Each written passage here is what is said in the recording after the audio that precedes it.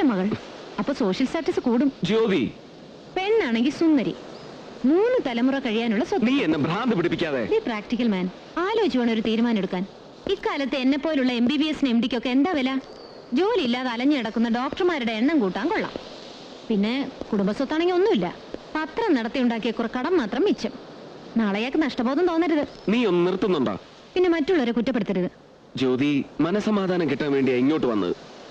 ഇന്നലെ ആ മനുഷ്യൻ എന്നെ പറഞ്ഞ തെറി അഴുക്ക് പോലെ ശരീരത്തിൽ പറ്റിപ്പിടിച്ച് കിടക്ക്. എനിക്കൊന്ന് ഫ്രഷ് ആവണം. Come on, let's go for A film. അയ്യോ, എനിക്ക് ഹോസ്പിറ്റലിൽ ഡ്യൂട്ടി ഉണ്ട്.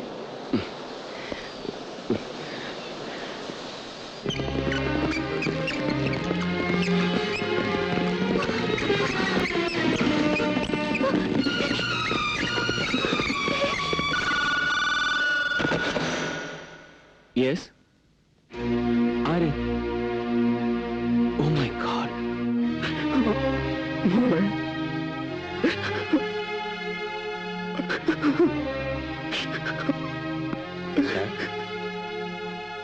Please, sir.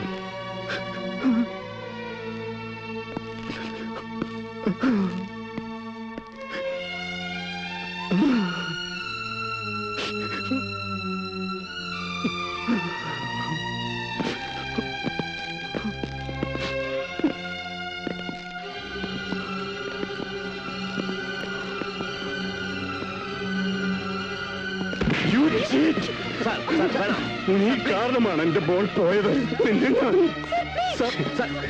I lost my wife. Now I lost my daughter. I lost everything. This you. I will kill you. Please. I will kill you.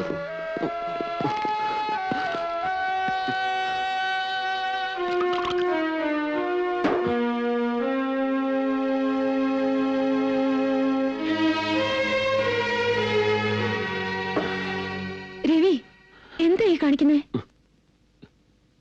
ഞാൻ എന്റെ മനസ്സിന്റെ വിഷമം ഞാൻ ആരോട് പറയും? എനിക്ക് ആ പെൺകുട്ടിയെ ഇഷ്ടമായിരുന്നു. അവളുടെ കുസൃതി, ഒരനിയത്തിയെ പോലെ. എന്താ കുട്ടിക്ക് പറ്റിയേ? രവി, അവൾ മോശമായ വഴിക്കാണ് ജീവിച്ചതെന്ന് തോന്നുന്നു. പോസ്റ്റ്മോർട്ടത്തിൽ വ്യക്തമായതാണ്. അമിതമായി ഡ്രഗ്സ് ഉപയോഗിക്കുന്നവരിൽ കാണുന്ന തരത്തിൽ പ്രിയയുടെ കൈത്തണ്ടയിലും തൈസിലും മയക്കുമരുന്ന് കുത്തിവെച്ചതിന്റെ പാടുകളുണ്ടായിരുന്നു. 1-ലധികം തവണ അബോർഷൻ നടത്തിയിട്ടുമുണ്ട്. ജ്യോതി, ഞാനാണ് ഈ ആത്മഹത്യക്ക് ഉത്തരവാദിയെന്നാണ് DGP വിശ്വസിക്കുന്നത്. പാവം മനുഷ്യൻ. എനിക്ക് അദ്ദേഹത്തെ ബോധ്യപ്പെടുത്തണം. എന്ത് കാരണം കൊണ്ടാണ് അവൾ ആത്മഹത്യ ചെയ്തതെന്ന് എനിക്ക് കണ്ടെത്തണം. ജ്യോതി, അതിന് ചിലപ്പോ എനിക്ക് നിന്റെ സഹായം വേണ്ടിവരും.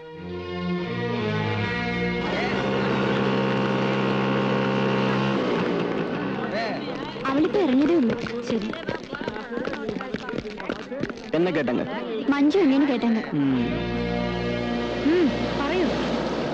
എന്നോടൊന്നും ചോദിക്കരുത്, എനിക്കൊന്നും അറിയില്ല. അദ്ദേഹം പോലീസ് ഓഫീസറാണെന്നറിയാലോ. കുട്ടി ഇവിടെ വെച്ച് തന്നെ വേണമെങ്കിൽ ചോദ്യം ചെയ്യാം, അല്ലെങ്കിൽ സ്റ്റേഷനിൽ കൊണ്ടുപോകാം.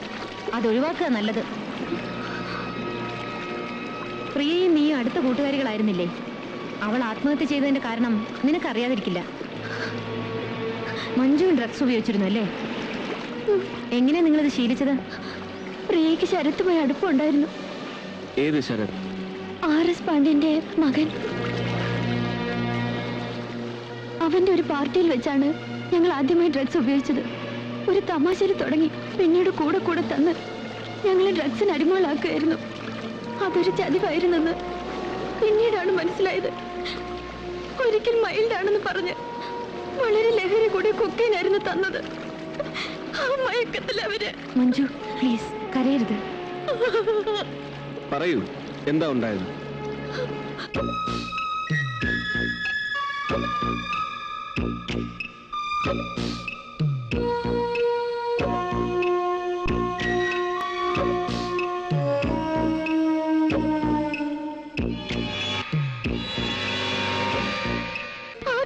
ഫോട്ടോസും കാണിച്ചാണ് പിന്നീട് ശരത്ത് ബ്ലാക്ക്മെയിൽ ചെയ്തു തുടങ്ങിയത്. ബ്ലാക്ക്മെയിൽ എന്ന് വെച്ചാൽ? അവര് പറയുന്ന പലർക്കും വഴങ്ങേണ്ടി വന്നു. കള്ളക്കടത്തുകാർ, രാഷ്ട്രീയക്കാർ, അങ്ങനെ പലരും എന്നെയും നിർബന്ധിച്ച് ഞങ്ങളെ കൊണ്ട് വേറെയും പെൺകുട്ടികളെ ഈ ഗ്യാങ്ങിലേക്ക് വരുത്തി. നിങ്ങൾ എന്തുകൊണ്ട് ഇത് രക്ഷിതാക്കളെ അറിയിച്ചില്ല? പോലീസിൽ കംപ്ലൈന്റ് ചെയ്തില്ല? പുറത്തു പറഞ്ഞാൽ ഈ കാസറ്റിന്റെ കോപ്പികൾ വീഡിയോ ലൈബ്രറികളിൽ എത്തിക്കുന്നവർ ഭീഷണിപ്പെടുത്തി. പ്രിയ പോലെ അത് കേട്ട് ഭയന്നാണ്. ഈ കുറ്റബോധം കൊണ്ടാണോ പ്രിയ ആത്മഹത്യ ചെയ്തത്? മഞ്ജു അവസാനമായി പ്രിയെ കണ്ടതെന്നാണ്. അന്ന് കാലത്ത് ഡാഡി പെട്ടെന്ന് എന്റെ മാരേജ് ഫിക്സ് ചെയ്യാൻ പോവാണ്. ഈ നിലയിൽ ഞാൻ എങ്ങനെ ഒരാളെ ഞാൻ എതിർത്തപ്പോ ഡാഡിക്ക് വാശി കൂടുകയാണ്. ഡാഡിയോടെല്ലാം തുറന്നു പറഞ്ഞറിയാ അത് അപകടമാണ്. പിന്നെ നമ്മുടെ എല്ലാം ജീവിതം മാത്രമല്ല, നിന്റെ ഡാഡിക്ക് ഇത് സഹിക്കാൻ കഴിയുമോ? അദ്ദേഹം തകർന്നു പോവും. പിന്നെ ഇങ്ങനെ തുടരാനോ? വയ്യ. എത്രയായി? ആകെ മരവിച്ച പോലെ. എനിക്ക് മടുത്തു. എങ്ങനെയെങ്കിലും രക്ഷപ്പെടണം. അതെ മഞ്ജു, എനിക്ക് രക്ഷപ്പെടണം. പക്ഷെ ആ രക്ഷപ്പെടൽ ഇങ്ങനെയായിരിക്കുമെന്ന് ഞാൻ ഓർത്തില്ല. ആരൊക്കെയാണ് ഈ ഗ്യാങ്ങിൽപ്പെട്ടവർ? പറയൂ, എവിടെയാണ് അവരുടെ സങ്കേതം?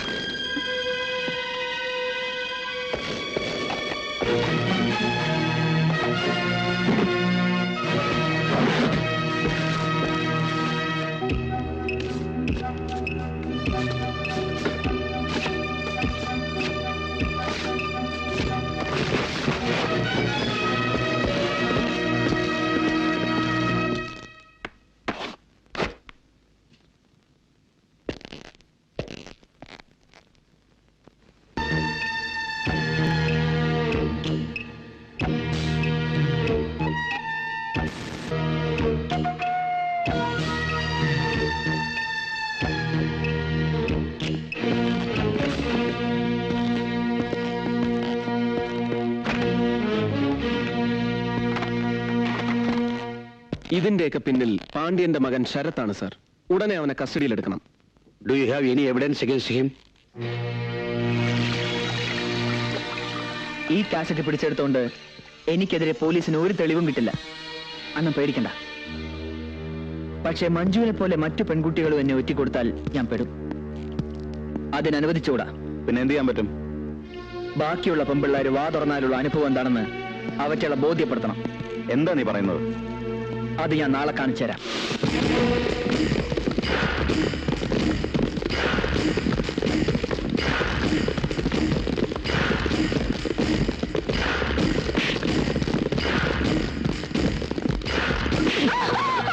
നീ എന്നെ ഒറ്റിക്കൊടുത്തു അല്ലേ?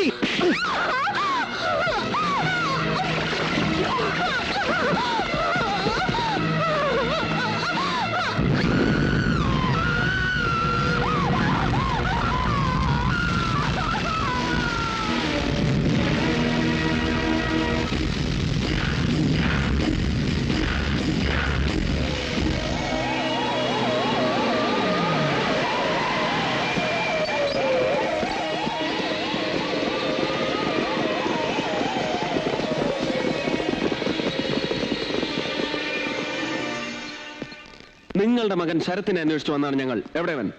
എന്നോട് ചോദിക്കരുത്. ഞാൻ അവനെ എന്നോ ഇവിടെ നിന്ന് ഇറക്കി വിട്ടതാണ്. എനിക്ക് അങ്ങനെ ഒരു മകനില്ല. മിസ്റ്റർ പാണ്ഡ്യൻ, സംശയമുണ്ടെങ്കിൽ പരിശോധിക്കാം.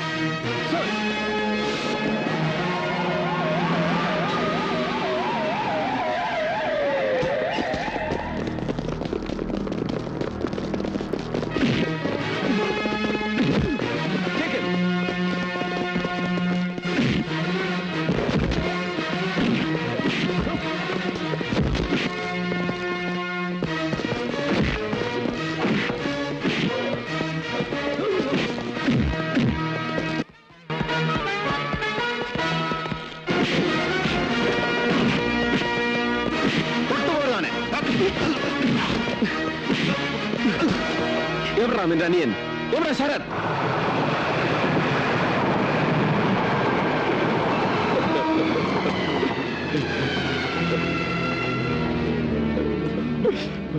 എന്റെ മോനെ,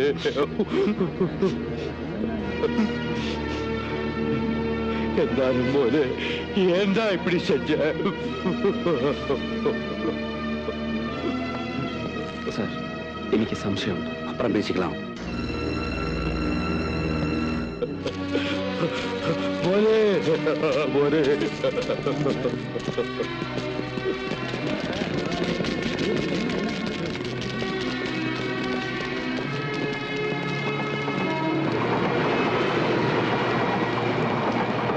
സംശയമല്ല സാർ, ആ ശവം ശരത്തിൻ്റെതല്ലെന്ന് എനിക്ക് ഉറപ്പാണ്. மிஸ்டர் ரவி பிரசாத், அது சரத்தோட பாடி தான். ஃபாதர், பிரதர் எல்லாருமே ஐடென்டிஃபை பண்ணிருக்காங்களே. உங்களுக்கு என்ன டவுட் வந்திருக்கு அதுல? I cannot believe it sir. ആ ശവം മറ്റാരുടേതെങ്കിലും ആയിക്കൂടെ? Stop it. It's nothing but ஒரு அப்சர்ட் இமேஜினேஷன். அப்புறம் அந்த போட்டோகிராஃப் கேசட்ஸ் என்னாச்சு? What have done with that? Sir, അതെല്ലാം കേസിന്റെ ആവശ്യത്തിലേക്ക്. Look, high society girls are involve in this case. இந்த மேட்டர் வெளியில போச்சுன்னா டிஜிபி டாக்டர் மாதிரி எல்லாரும் சூசைட் பண்ணிக்க வேண்டியதான். And under any circumstances I will not allow that. Commissioner പറഞ്ഞതിലും കാര്യമുണ്ട്. ഈ കേസ് കോടതിയിൽ എത്തിയാൽ ആ പെൺകുട്ടികളെ വിസ്തരിക്കേണ്ടി വരില്ലേ? പിന്നീട് ആ കുട്ടികളുടെ ഭാവി. കൊള്ളാവുന്ന കുടുംബത്തിൽ നിന്ന് വരുന്ന കോളേജ് ഗേൾസ് ഇതിൽപ്പെട്ടവരധികവും. അതെ, അപ്പർ ക്ലാസ് ഇലൈറ്റ് ഫാമിലിയിൽ പെട്ടവർ തന്നെ. പ്രായം ചെന്ന പെൺമക്കളെ ബോയ് ഫ്രണ്ട്സിന്റെ കൂടെ അസമയത്ത് പാർട്ടിക്കും ഡാൻസിനും ഡേറ്റിങ്ങിനും ഒക്കെ വിടുന്നത് ഒരു ഫാഷനായി എടുത്ത ചില വെസ്റ്റേണൈസ് പേരൻസ് ഉണ്ടല്ലോ. ആ നാറികൾ ഇത് അറിയണം. ഈ സിറ്റിയിൽ എങ്ങനെയാണ് തങ്ങളുടെ മക്കൾ ജീവിക്കുന്നതെന്ന്. കുറ്റം ചെയ്തവരെ കഠിനമായി ശിക്ഷിക്കണം. മേലിൽ ഇത് ആവർത്തിക്കാതിരിക്കാൻ അതിനൊറ്റ മാർഗമേ ഉള്ളൂ, ഇത് പരസ്യപ്പെടുത്തുക. താനെന്താ മിണ്ടായിരിക്കുന്നത്? വേണ്ടേ? വേണം. ഒരു പോലീസ് ഓഫീസർ എന്ന നിലയ്ക്ക് എനിക്കത് ചെയ്യാനാവില്ല. എന്റെ മേലുദ്യോഗസ്ഥനെ ഞാൻ അനുസരിച്ചേ പറ്റൂ. ഈ ഫോട്ടോസും കാസറ്റ്സും അതാ ഞാൻ ഇങ്ങോട്ട് കൊണ്ടുവന്നത്. ജയൻ ഇത് പ്രസിദ്ധീകരിക്കാമോ? രവി, അത് സ്പാർക്ക് വിശ്വനാഥന്റെ മകനെന്ന് അഭിമാനിക്കുന്ന പത്രാധിപരോടാണ് ഞാൻ ചോദിക്കുന്നത്. അനീതിക്കോ അഴിമതിക്കോ എതിരെ പേന ചലിപ്പിക്കുന്ന അഗ്രസീവ് ജേർണലിസ്റ്റിനോട്. Can you do it? ചെയ്യണം.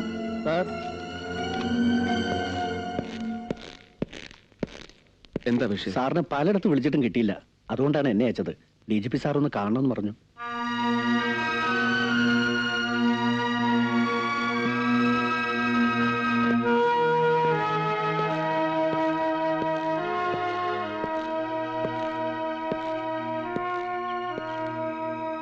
സർ,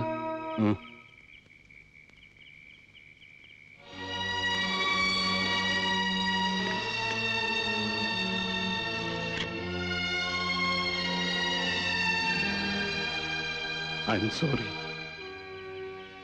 എന്നോട് ക്ഷമിക്കൂ രവി. Please don't sir.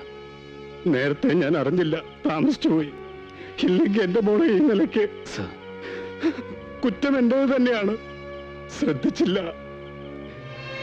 ജീവനേക്കാൾ വിലപ്പെട്ട എന്റെ മോളെ വേണ്ടതുപോലെ ഞാൻ സൂക്ഷിച്ചില്ല.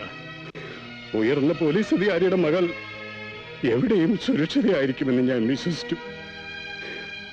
അതാണ് തെറ്റിയത്. ഇനി ഒന്നേ എനിക്ക് ചെയ്യാനുള്ളൂ. എന്റെ മോളെയും അതുപോലെ പല പെൺകുട്ടികളെയും നശിപ്പിച്ച് അവരെ രക്ഷപ്പെടാൻ അനുവദിക്കരുത്. ഒരിക്കലും. You should take the responsibility Ravi. But sir, the commissioner. I know. ഈ കേസിൽ ഇൻവോൾവ് ആയ മറ്റു പെൺകുട്ടികൾക്ക് വേണ്ടി കമ്മീഷൻ എന്നോട് വാദിച്ചു. ആരെ രക്ഷിക്കാനാണ് അയാൾ ഉദ്ദേശിക്കുന്നതെന്ന് എനിക്കറിയാം. RS പാണ്ഡ്യനടക്കം ഇവിടുത്തെ വൻകിട മുതലാളിമാരുടെ മക്കളെ. അവർക്ക് പിന്നിൽ ഒരു വലിയ റാക്കറ്റ് തന്നെ ഉണ്ട് സർ. മയക്കുമരുന്ന് വിൽപ്പന നടത്തുന്ന drug mafia. Yes, destroy them. I give you all powers to handle this case. Take charge.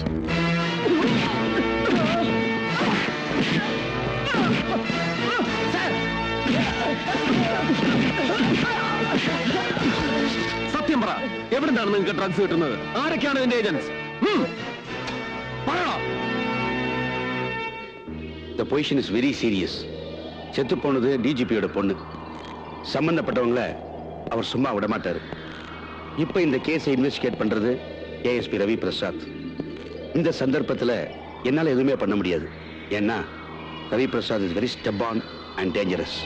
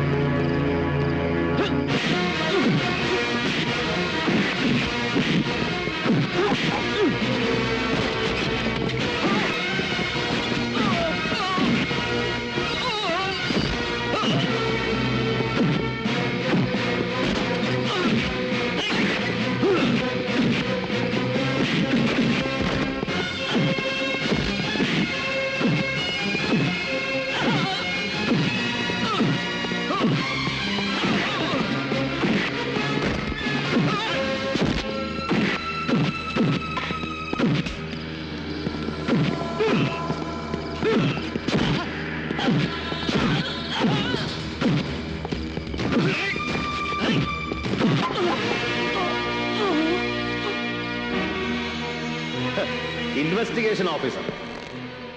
ഇനിയും നീ എന്താ അന്വേഷിക്കുന്നത്? കസ്റ്റഡിയിലെടുത്ത പിള്ളേരെ തല്ലിച്ചതച്ച് നീ എന്താ ചോദിച്ചത്? ഡ്രഗ്സ് അല്ലേ? അതെവിടെ കിട്ടുമെന്ന് നിനക്ക് അറിയണ്ടേ? ഇവിടെ ഉണ്ട്, തരാവടാ. അതിനാ നിന്നെ ഇവിടെ കൊണ്ടുവന്നത്. വേണമെങ്കിൽ ഒരു ബുള്ളറ്റ് കൊണ്ട് നിന്നെ അവിടെ വെച്ച് തന്നെ തീർക്കാമായിരുന്നു. അങ്ങനെ പെട്ടെന്ന് നീ ചാവരുത്. ഇതിന്റെ സുഖം നിനക്ക് അറിയണ്ടേ? അത് അനുഭവിക്കണം. പിന്നീട് ഈ ലഹരിക്ക് വേണ്ടി നീ ദാഹിച്ചലയണം. കിട്ടാതെ വരുമ്പോൾ വലിഞ്ഞു മുറിയ ഞരമ്പുകൾ ത്രസിച്ച് നിന്നെ ഭ്രാന്ത് പിടിപ്പിക്കണം. അങ്ങനെ കുറേശ്ശെ കുറേശ്ശെയായി നീ മരിക്കണം. നീ ചെയ്തതിന് ശിക്ഷ.